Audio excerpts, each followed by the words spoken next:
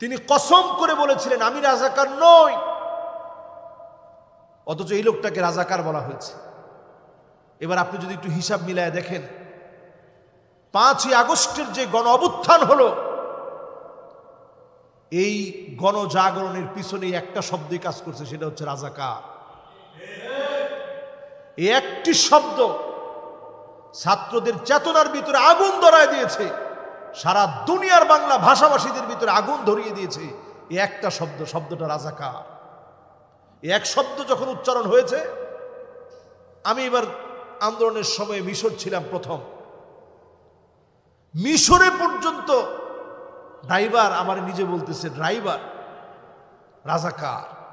আমি অবাক হয়ে গেলাম, এই শব্দ সে কোত্থেকে শিখছে? সারা ওয়ার্ল্ডের মিডিয়াগুলো এটা প্রচার করেছে।